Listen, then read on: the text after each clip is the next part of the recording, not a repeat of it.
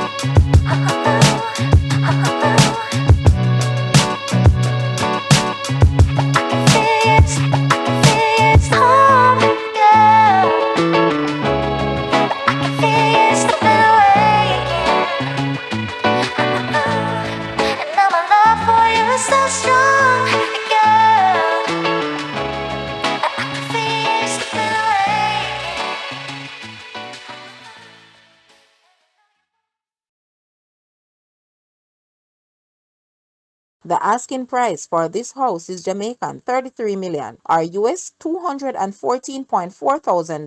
To purchase or make an offer, please take a look at your screen or you may visit the description area below for full details. If you like this video, please hit the like button and also share with a friend. Thanks for watching guys.